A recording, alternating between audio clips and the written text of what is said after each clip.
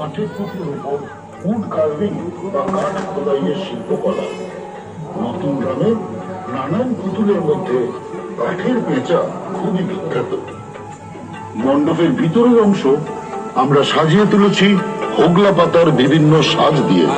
এছাড়াও মণ্ডপ সজ্জায় আমরা ব্যবহার করেছি কাপড়, মাটি, বাঁশ, প্লাইউড এবং সর্বোপরি যে পেন্টিং বা অঙ্কন আপনারা